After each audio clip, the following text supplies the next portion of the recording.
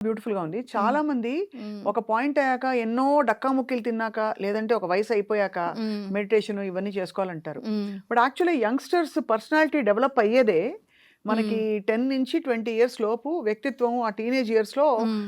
ప్రపంచం గురించిన ఇంప్రెషన్స్ అన్ని ఫామ్ అవుతాయి. అవును. సో హ్మ్. ఆ టైంకి ఎలా వాళ్ళని పాజిటివ్ గా గ్రూమ్ చేయొచ్చు? స్టార్టింగ్ ఫ్రమ్ హ్మ్. పియర్ ప్రెషర్, హ్మ్. హ్మ్. స్టార్టింగ్ ఫ్రమ్ నేను ఐఎమ్ నాట్ గుడ్ ఇనఫ్, నాకు హ్మ్. లేదు, హ్మ్. నాకు హ్మ్. రాదు, హ్మ్. హ్మ్. ఇలాంటి దీని నుంచి how can we groom them? Actually వచ్చావంటే గ్రాస్పింగ్ అంతా 7 ఇయర్స్ లోపు జరుగుతుంది బేబీకి. ఒక బేబీ ఏదన్నా తెలుసుకుంటుంది, నేర్చుకుంటుంది, అది చేస్తుందంటే 7 ఇయర్స్ లోపలే జరుగుతుంది. అందుకనే చిన్న పిల్లలు చూసి బుచ్చోడొస్తాడు అని భయం పెట్టడం అవన్నీ చేయకూడదు యాక్చువల్లీ. వాళ్ళు అందుకనే భయపడతారు. డార్క్‌నెస్ చూసి భయపడిచ్చేస్తుంటారు. ఆ డార్క్‌నెస్ చూసి ఆ భయం అనేది అసలు క్రియేట్ చేయకూడదు. అప్పుడు ఏమి చెప్పినా వాళ్ళు గ్రాస్ప్ చేసుకుంటారు. ఒక టీనేజ్‌కి వచ్చినప్పుడు మెయిన్ పేరెంట్స్ వచ్చి ఏంటంటే వాళ్ళు అచీవ్ చేస్తున్నారనుకోండి, వావ్‌ని అప్రిషియేట్ చేయాలి. గ్రేట్ చాలా బాగా చేస్తున్నావు. అసలు నీకేంటి అని అనాలి. లేదా కొంచెం ఏదైనా ఫెయిల్యూర్ ఉన్నారంటే ఇట్స్ ఓకే. It's okay. అందరూ నీకు తెలుసా వాళ్ళు కూడా ఇలాగే చేశారు. అంటే మన ఇంట్లో వాళ్ళు ఎవరైనా చేసుంటే వాళ్ళు కూడా అంతే. ముందు ఏం చేయలేదు. తర్వాత నేర్చుకున్నారు. తర్వాత మంచి మార్క్స్ తెచ్చుకున్నారు. అదేం ఇది కాదు. చేంజెస్ వస్తుంది అనేసి నువ్వెప్పుడు అసలు సూపర్, అసలు నీ టాలెంట్ నీకు తెలియట్లేదు నీకు అని పాజిటివ్ వేలో చెప్తూ ఉంటేనే పిల్లలు వచ్చి పాజిటివ్ వేలో వాళ్ళ మైండ్‌లో వచ్చి ప్రోగ్రామింగ్ జరుగుతుంది. ఆ ప్రోగ్రామింగ్ అని చిన్నప్పుడు నువ్వు అంతేరా, నువ్వు వేస్ట్ రా, నీకు ఎప్పుడు భయం రా, ఏదైనా వస్తే మాట్లాడు అంటే వాళ్ళు ఉన్న మైనస్‌లని పేరెంట్స్ ఏదైనా మాటకి సరదాగా కూడా చెప్పకూడదు. అది సరదాగా కూడా చెప్పకుండా చాలా ఎప్పుడు పాజిటివ్‌గా చెప్తూ అసలు నువ్వేంటి కేక, అసలు నువ్వు చాలా బాగా నీకున్న నాలెడ్జ్, నీకు టాలెంట్ నీకు తెలీదు. నీ స్కిల్స్ పెంచుకొని బాగా సపోర్ట్ చేస్తూ ఉంటే వాళ్ళకి అప్పటి నుంచి యాక్చువల్లీ మెడిటేషన్ అనేది ఏజ్ అయిన తర్వాత అంటారు కదా! యాక్చువల్లీ చిన్నప్పటి నుంచే కావాలి. వయసు అయిన తర్వాత ఏం చేసుకుంటారు? ఎందుకంటే అప్పటికి మీకు ఎనర్జీ కూడా ఉండదు మెడిటేషన్ చేయడానికి. అవును. ఎనర్జీ కూడా ఉండదు. చిన్నప్పటి నుంచి దీంట్లో ఆ గ్రోత్ వచ్చుంటే ఆ మెడిటేషన్ కానీ, ఈ ఆరా తెలుసుకోవడం, నేచర్ అంటే ఏంటి, ఒక డిసిప్లిన్, ఒక రెస్పెక్ట్ ఇవ్వడం, ఇవన్నీ టోటల్‌గా బిహేవియర్, క్యారెక్టర్ అన్నీ కూడా యాటిట్యూడ్ కూడా మంచి వేలో వచ్చుంటే వాళ్ళకి లైఫ్ చాలా బాగుంటుంది. వాళ్ళ గోల్స్ రీచ్ అవ్వడానికి కూడా చాలా ఇంపార్టెంట్ కదా! ఇప్పుడు మనం మెడిటేషన్ అనేది మనం ఓకే. నేను చెప్పే విపశ్యన అనేది చాలా డీప్ సబ్జెక్ట్. అది పక్కన పెడదాం. అది కాకుండా ఒక పిల్లలు ఏదైనా అచీవ్ చేయాలి, గోల్స్ అంతా రీచ్ అవ్వాలంటే ఈ పాజిటివ్ వే చాలా ఉండాలి కదా! రైట్. కరెక్ట్. నెగెటివ్ డెఫినెట్‌గా. అవ్వగానే ఒక స్టెప్ వెనక్కెళ్ళిపోతారు. హ్మ్. ఎంతమంది నేను చూసాను. నేను సైకాలజిస్ట్ పట్టాభిరామ్ దగ్గర ఆయన పిల్లలు స్టూడెంట్స్ కోసమని ఒక ఇది పెడుతుంటారు. సాటర్‌డే, సండేస్ అలా పెట్టేవాళ్ళు. నాకు ఇంట్రెస్ట్ వెళ్ళేదాన్ని. వెళ్ళి చూస్తే వాళ్ళకి చాలా టాలెంట్ ఉంది. కానీ మైక్ పట్టుకొని స్టేజ్ మీద మాట్లాడే స్కిల్స్ లేదు. హ్మ్. వాళ్ళ వాక్ స్టైల్ కాన్ఫిడెన్స్ లేదు. సో, హ్మ్. అవంతా నేర్పించాలి కదా! అవును. చిన్నప్పటి నుంచి ఒక వాక్ స్టైల్ కానీ, ఒక కాన్ఫిడెంట్‌గా మాట్లాడడం, ఎంతవరకు నవ్వాలి, ఒక డ్రెస్సింగ్ ఏంటి, అంటే మీరు ప్లేస్‌ని బట్టి నవ్వడం ఉంటుంది. ఏదో కుళ్ళు జోకులు ఎక్కకుండా వేయకూడదు. డిసిప్లిన్‌గా మాట్లాడాలి. ఎంత వాయిస్ రైజ్ చేయాలి.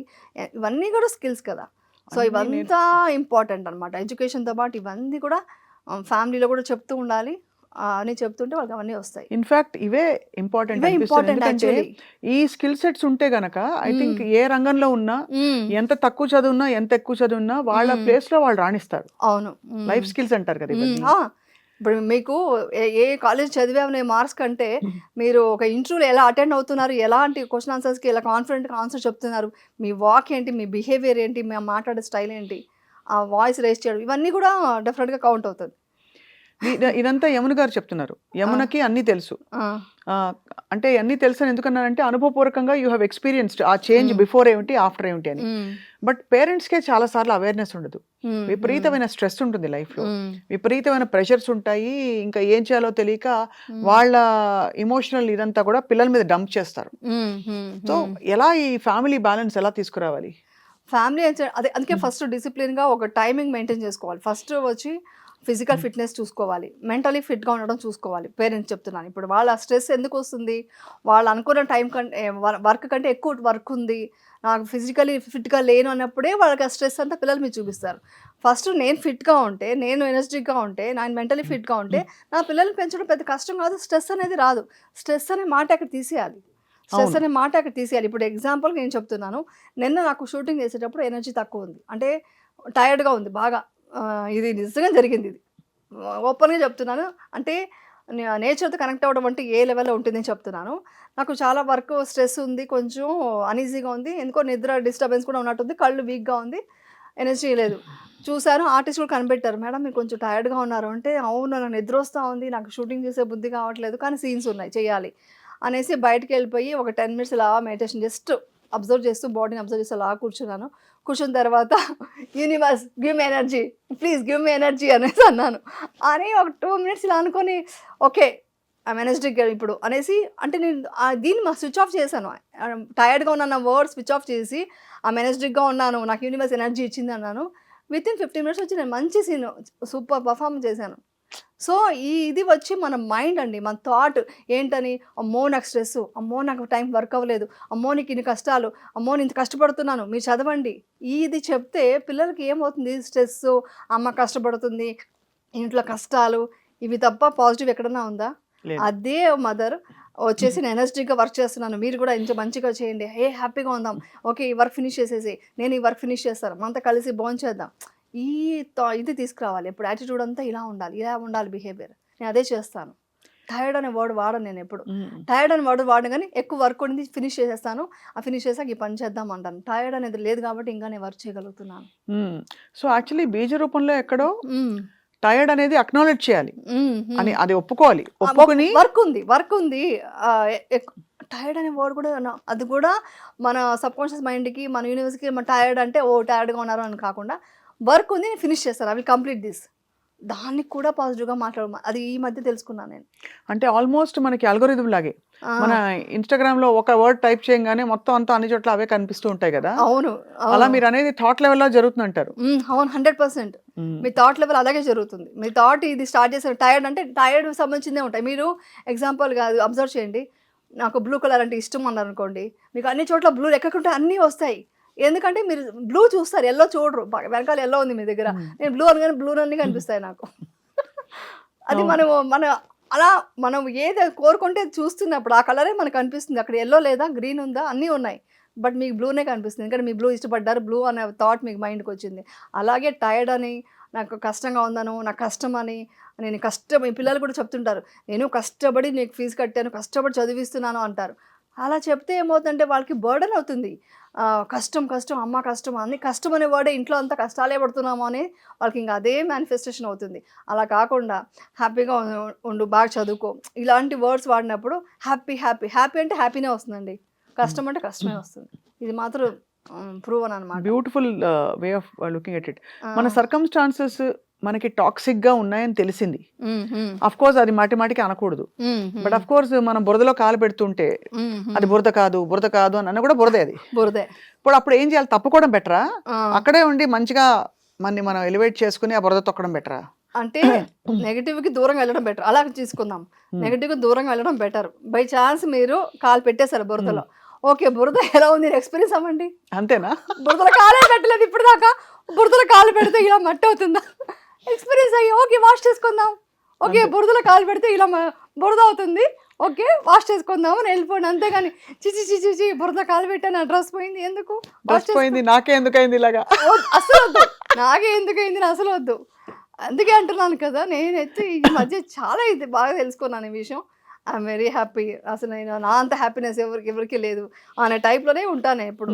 సో ఆ బురదాన్ని ఎక్స్పీరియన్స్ అవ్వండి అంతే, అంతేగాని దాన్ని నెగిటివ్గా ఎందుకు చూడటం. ఎగ్జాంపుల్ అది కూడా చెప్తాను. ఏంటంటే ఇప్పుడు మీరు ఒక ట్రావెల్ చేస్తున్నారు, పక్కనే ఒక గార్బేజ్ బండి వెళ్తుంటే మీరు అబ్బా కంపోస్తుంది అనేసి బాధపడుతూ ట్రావెల్ చేయడానికంటే సరే వదిలేసి యూటర్న్ తీసుకుందాం, ఒక టర్న్ తీసుకోండి అక్కడి నుంచి. ఆ టర్న్ తీసుకొని ఇంకొక వేలో వెళ్తే మీకు మంచి బ్లాసమ్, మంచి గార్డెన్ ఉండొచ్చు, సువాసభరితమైన మంచి ప్లెజెంట్ మూడ్లోకి వెళ్ళొచ్చు కదా. ఆ టర్న్ తీసుకోవడంలో మీ చేతుల్లో ఉంది. అది నేచర్లో రెండు ఉన్నాయి కదా, సువాసనభరితమైన ఒక గార్డెన్ ఉంది, మంచి ఇది ఉంది, ఇక్కడ గార్బేజ్ ఉంది. సో ఇది నెగిటివ్, ఇది పాజిటివ్. మీరు పాజిటివ్కి వెళ్ళాలంటే మీరు టర్న్ తీసుకోవాలి. అది కూడా మీరు తీసుకోకపోతే తప్పెవరిది, నేచర్దా మీద, అంతే కదా.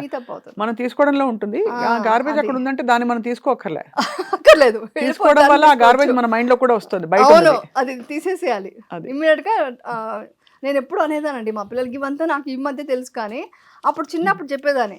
ఏదైనా ఏడుస్తూ ఏదో కష్టంగా ఉంది అంటే స్విచ్ ఆఫ్ అనేదాన్ని. స్విచ్ ఆఫ్ ఎలా అంటే స్విచ్ ఆఫ్, నవ్వు, స్మైల్ అని స్మైల్ చేసి ఓకే కమాన్ ఇప్పుడు ఒకసారి పక్కన పెట్టు, ఒక గేమ్ ఆడదాం రా, లేకుంటే ఒక డాన్స్ చేద్దాం రా అని ఒక సాంగ్ పెట్టేసి ఆ మూడ్ అంతా చేంజ్ చేసేదాన్ని. సో స్విచ్ ఆఫ్ చేయాలి ఎప్పుడు మన నెగిటివ్ని. బ్యూటిఫుల్, చాలా మంచి పాయింట్. ఇది నేను ఎప్పుడు స్విచ్ ఆఫ్ చేయలేదాన్ని ఎప్పుడు చూసినా. చాలా అంటే ఇది బిగ్గెస్ట్ ఛాలెంజ్ ఏంటంటే ఏమన్నా దీన్ని గ్రహించి ఆచరణలో పెట్టడం, బికాజ్ ఇది కాన్స్టెంట్ ప్రాక్టీస్, ఇదే సాధన అవును. యాక్చువల్లీ అంటే మనం ఇదంతా వచ్చి ఏ ఎడ్యుకేషన్ లో లేదు, మీకు ఎవరు నేర్పించరు. ఇది మన ఎక్స్పీరియన్స్ తో మనం తెలుసుకొని మనం వాళ్ళ నెక్స్ట్ జనరేషన్ వాళ్ళకి ఇవ్వాలి. అవును, అది మనం ఎంతసేపు నేను వెళ్ళి కూర్చొని టీవీ చూస్తానో ఇన్స్టాగ్రామ్ అని నిజంగా చెప్తాను అవన్నీ చేస్తే నేను ఎందుకు నెక్స్ట్ జనరేషన్కి ఏం చెప్తాను, అంతే కదా, ఏమి ఇస్తానని వాళ్ళకి మంచి ఇదేమి ఇస్తాను, వాళ్ళకి ఏం పెంచుకోలేరు, స్కిల్స్ పెంచుకోలేరు. సో నేను ముందు ఎక్స్పీరియన్స్ అవుతాను, అదైన తర్వాత నేను వాళ్ళకి ఇస్తాను. ఈ ఇంట్రూవ్ చేయడానికి కారణం కూడా మెయిన్ అదే. ఇలాంటివి తెలియకుండా చాలా మంది ఇబ్బంది పడుతుంటారు. లొకేషన్లో నాకు అప్పుడు ఉంటుంది మోటివేషన్ క్లాసెస్, ఇలా చెప్తూ ఉంటా అందరికీనా? మెయిన్ మా అసిస్టెంట్ వెయిటింగ్లో ఉంటాడు, మేడం ఈరోజు ఏం చెప్తారా విందామా అని వెయిటింగ్లో ఉంటారు. సో ఏదో కొత్త విషయం చెప్తాను కదా, వాళ్ళు అప్పుడే ఇమ్మీడియట్గా దాన్ని తీసుకుంటుంటారు. సో ఇది తెలియడానికి కోసమే ఇది చాలా కామన్ సెన్స్ అండి. చాలా తెలుసుకోవాల్సిన చాలా సీక్రెట్స్ ఉన్నాయి ప్రపంచంలో, అది తెలుసుకోవాలి. నాకు ఎక్కడో థాట్స్ బికమ్ థింగ్స్ అంటే we manifest our thoughts, law of attraction, abundance, ఇవన్నీ సీక్రెట్ అనే బుక్ మీరు చదువుంటారు గ్యారెంటీ. అందులో ఈ కాన్సెప్ట్స్ అన్ని చదివాను. అది కేవలం వెస్టర్న్ ఫిలాసఫీ అని అనుకుంటాం, బట్ యాక్చువల్లీ అవి మన ఈస్టర్న్ యద్భావం తద్భవతి అన్నది భగవద్గీతలో ఉంది కదా. భగవద్గీతలో లేనిది లేదండి. మోటివేషన్ ఎక్కడికో వెళ్ళక్కర్లేదు, ఏ క్లాస్కో వెళ్ళక్కర్లేదు, భగవద్గీత చదవండి. ఇంకా మన దగ్గర చాలా చాలా మంది మేధావులు ఎంతో బుక్స్ రాశారండి, అవన్నీ తీసి జిడ్డు కృష్ణమూర్తి గారి బుక్స్ చదవండి. అస్సలు ఫోబియా వెళ్ళిపోయింది నాకు, ఫ్లైట్ ఫోబియా ఉండేది నాకు. ఎంతసేపు ఫ్లైట్ క్రాష్లు అన్నీ చూపించి చూసేదాన్ని, మా ఇంట్లో వాళ్ళన్నీ పెట్టేసి అవే చూసేవాళ్ళు. అవన్నీ చూసి నా మైండ్లో ఫ్లైట్ ఫోబియా వచ్చేసింది మధ్య సడన్గా. అది పోగొట్టడం ఆయన బుక్స్ చదవడం వల్లే, ఆయన ఒక వీడియో చూడటం వల్లే. అబ్జర్వ్ అని చెప్పాడు ఆయన. అబ్జర్వ్ చేస్తే నిజంగా పోయింది. ఫ్లైట్లో కూర్చున్నాను, ఓకే ముందైతే చాలా టెన్షన్ అయిపోయేదని, ఇప్పుడు ఓకే ఇది వచ్చి డ్రామా ఇది వస్తుంది, ఇప్పుడు ఇది బాగాలేదు, వెదర్ బాగాలేదు, సో అందుకే ఇలా షేక్ అవుతుంది ఓకే అని అలా అబ్జర్వ్ చేస్తూ ఇలా చూస్తుంటే అబ్జర్వేషన్లో ఫియర్ పోయింది. సో అన్నీ అలాంటి బుక్స్ చదవచ్చు, ఇవన్నీ చదువుతుంటే మనకు చాలా తెలుస్తాయి. సీక్రెట్ అనగానే మనం బయట నుంచి తెచ్చుకుంటున్నాం, కానీ మన దగ్గర చాలా సీక్రెట్ ఉంది. మన ఇండియన్ కల్చర్లో చాలా సీక్రెట్స్ ఉన్నాయి. మీరు పిరమిడ్ ఉంది కదా, ఇప్పుడు మీరు అబ్జర్వ్ చేశారో లేదో, మాస్క్ వచ్చి పిరమిడ్ ఉంటుంది, అదే మసీద్ అంటారు కదా. ఇక చర్చ్కి వెళ్ళండి, మొత్తం పిరమిడే. చూసారా మీ ఇది టెంపుల్కి పిరమిడే. అన్నీ మీరు చూసారంటే ఆ పిరమిడ్ ఎందుకు పెట్టారో ఆలోచించండి. వైబ్రేషన్స్ వల్ల అన్ని కలిసి కేంద్రీకృతం అవుతాయని. అన్ని ఏ రిలీజియన్లో కూడా ఉన్నది అదే, ఏ రిలీజియన్లో చెప్పేది కూడా అలాంటిదే, అలాంటి మంత్రాలే చెప్పేది, అలాంటివే చెప్తున్నాను, అలాంటి ప్రేయర్సే ఉన్నాయి. మనం దాన్ని రిలీజియన్ సపరేట్ చేసేసుకుంటున్నాం, కానీ అందరికీ ఉన్నది ఒకటే. ఒకటే ఏంటంటే అది basically connection with the divine అంటే ఇదే అన్నిటికీ ఇలాగే ఉంది. సో నాకు అప్పుడు అబ్జర్వ్ చేశాను, ఇది కరెక్టే కదా, ఏ రిలీజియన్ చెప్పేది కూడా అదే విషయాలే ఉన్నాయి, అలాగే ఉన్నాయి. టెంపుల్ కూడా అలాగే ఉంటుంది, ఎందుకంటే అక్కడ వైబ్రేషన్స్ అంత బాగుంటుంది. మనం మెడిటేట్ చేసుకోవడానికి, ఒక మంచి విషయాలు జరగడానికి, యూనివర్స్ కనెక్ట్ అవ్వడానికి అలా ఉంటే బాగుంటుంది, కాబట్టి అలా ఉంటున్నాయి. ఎప్పుడైనా పిరమిడ్ మెడిటేషన్ చేశారా? పిరమిడ్ మెడిటేషన్ చేయలేదు, కానీ ఆ పిరమిడే విపక్షణలో కూడా ఉంటుంది. ఓన్లీ మాకు పగోడా సెల్ అని ఇస్తారు కదా, అవంతా మొత్తం పిరమిడ్ స్టైల్లో ఉంటుంది. అప్పుడు నేను అబ్జర్వ్ చేయడం స్టార్ట్ చేస్తాను, ఇదే కదా దీంట్లో ఉంది, మసీద్లో అదే ఉంది, చర్చ్లో అదే ఉంది అని అప్పుడు అబ్జర్వ్ చేశాను. ఎంత ఎక్స్ట్రెసీ జాయ్ వస్తుందంటే మీరు చెప్తుంటే, ఆ పాసిబిలిటీ అంటే ఆ స్థితికి చేరుకుంటే ఎలా ఉంటుందని చెప్పి, బికాస్